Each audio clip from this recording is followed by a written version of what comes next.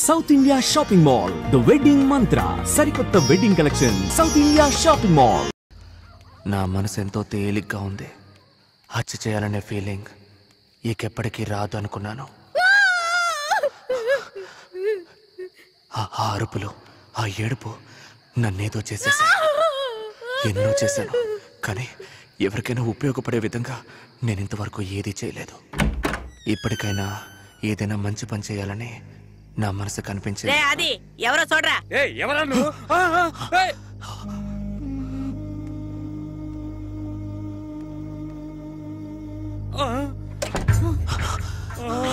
వెనకొచ్చే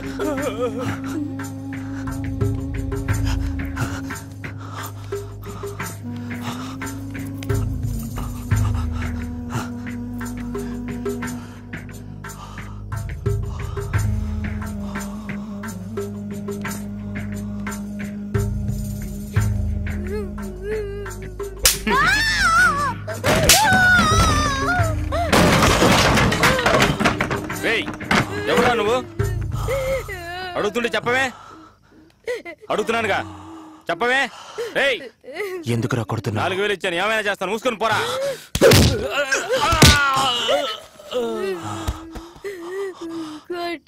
చెప్పండి.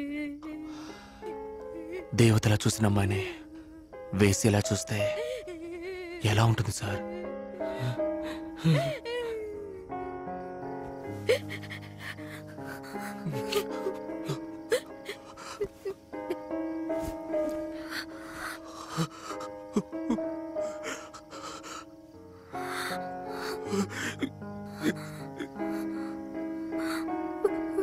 ప్రభా,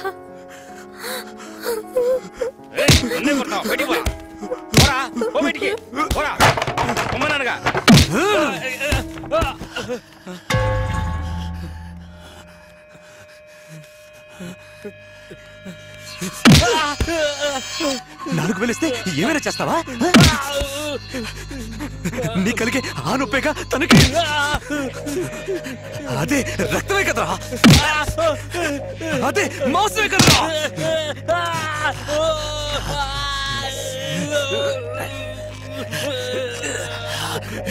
చూడు చూడు చూడు.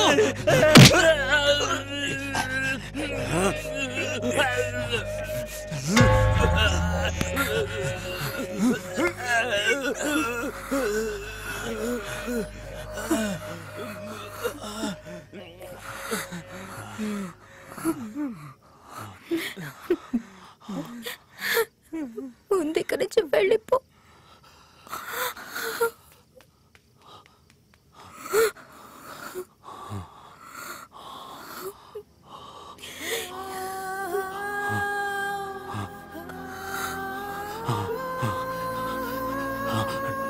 నువ్వు నాతోరా, నాతోరా.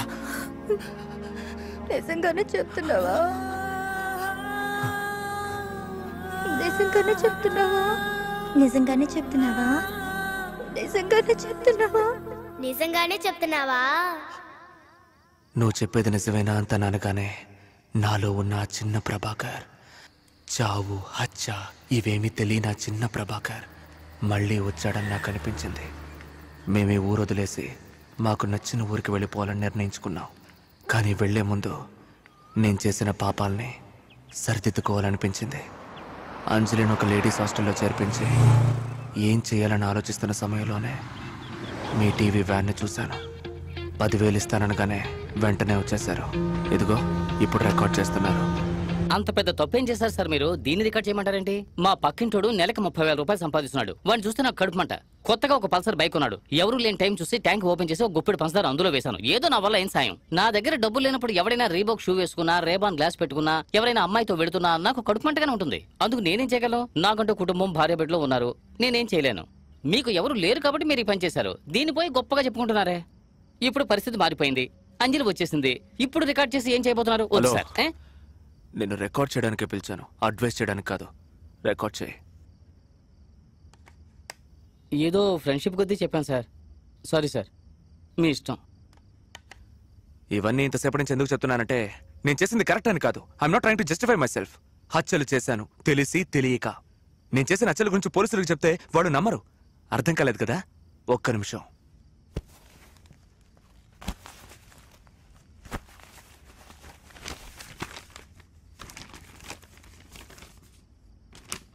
జూమ్ చేయి. అక్రమ సంబంధం వల్ల ఘోరం. వీళ్ళెవరో తెలుస్తోందా? బీచ్ లో లేపేశానే వాళ్ళిద్దరు. ఈయన ఈవిడికి భర్తట. ఈయన ఈవిని లేపుకెళ్ళిపోవడం వల్ల ఈయన మనుషులు పెట్టి లేపేశాడట.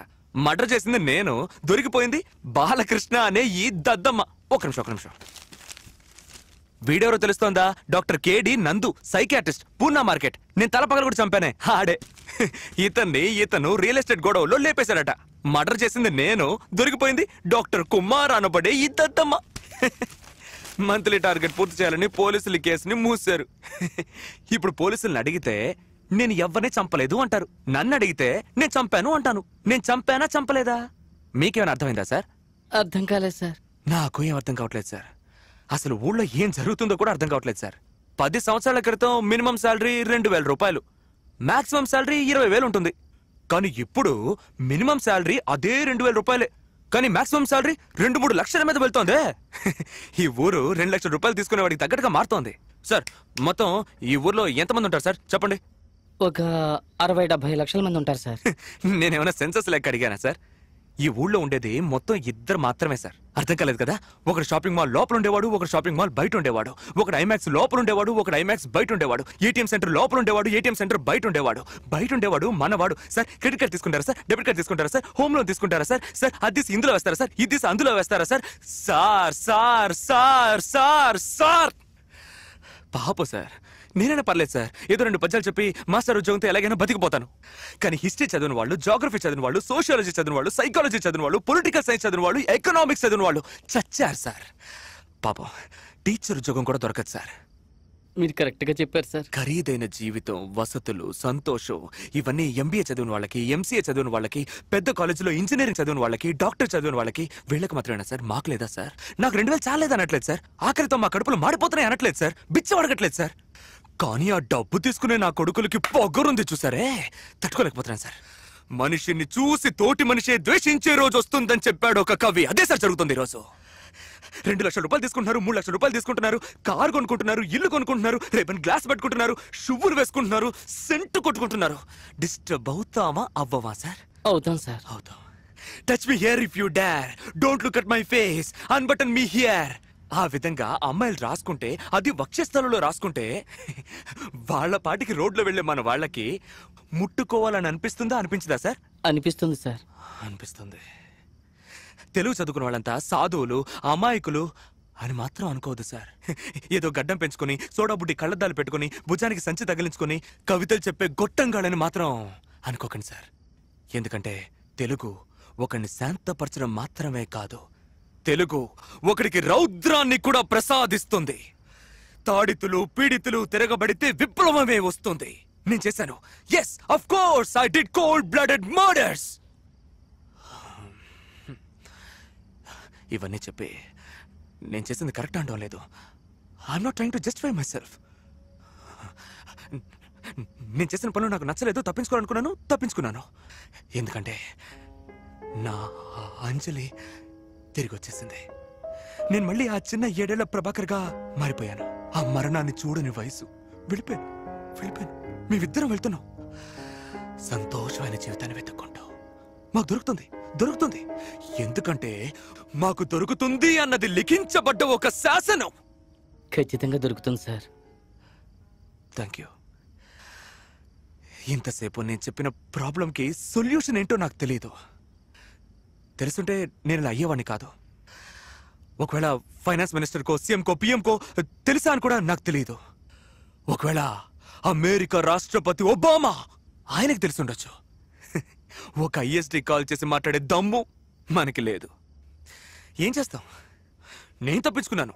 బట్ మీరు కూడా, మీరు జీవిస్తున్న ఈ ఊరు ఎంతో ప్రమాదకరమైందని మాత్రం మీరు మర్చిపోకండి.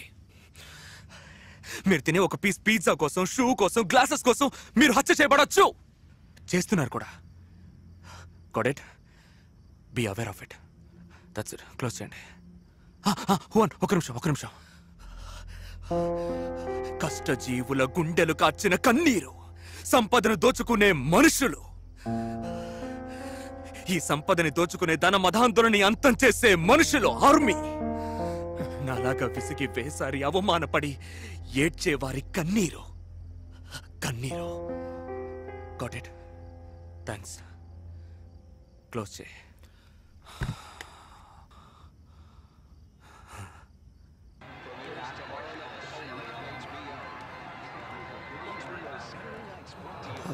ఎక్స్క్యూజ్ మీ, యువన్ మిమ్మల్ని కలవమన్నారు. దీన్ని మీ ఎండి గారికి ఇచ్చేయండి. అలాగే. మీ పేరు? పేరే అవసరం లేదు, ఈ క్యాసెట్లో అన్ని వివరాలు ఉన్నాయి, ఇచ్చేయండి. Okay sir.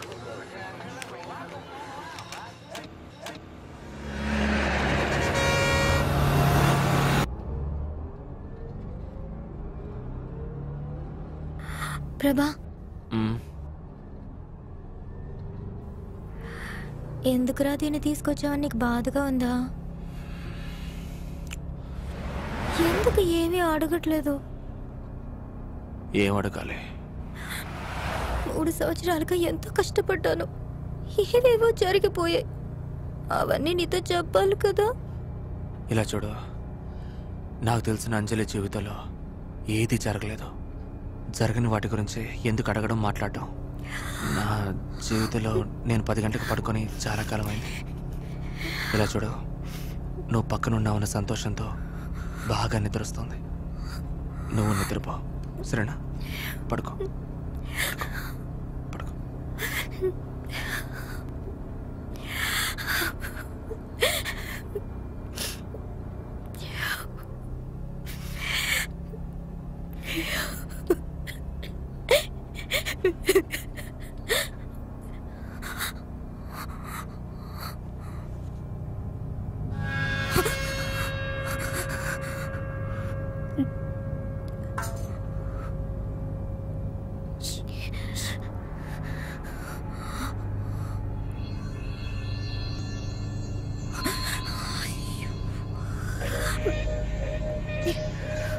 ప్రభా,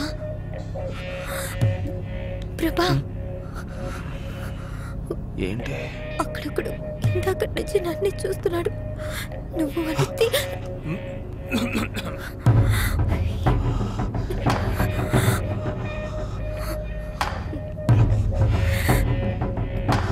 ప్రభా, దయచేసి వాడిని చేతున్న మాట విను. అంజలి, నాకేం చేయాలో తెలుసు.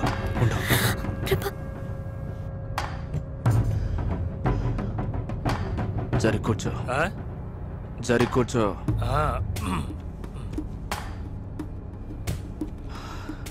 అలా చూడకండి సార్. చూడకండి అంతే. చూడకండి అంటే? పోయిన వారం వెళ్ళాను, 3000 రూపాయలు. బయటికి తీసుకెళ్తే ఎంత? ఇప్పుడు అలా కాదు. ఇప్పుడు అలా కాదంటే ఎలా మరి? పెళ్లి జరిగిపోయింది. పెళ్లి జరిగిపోయిందా? ఇదెప్పుడు? 7 ఏళ్లకే అయింది.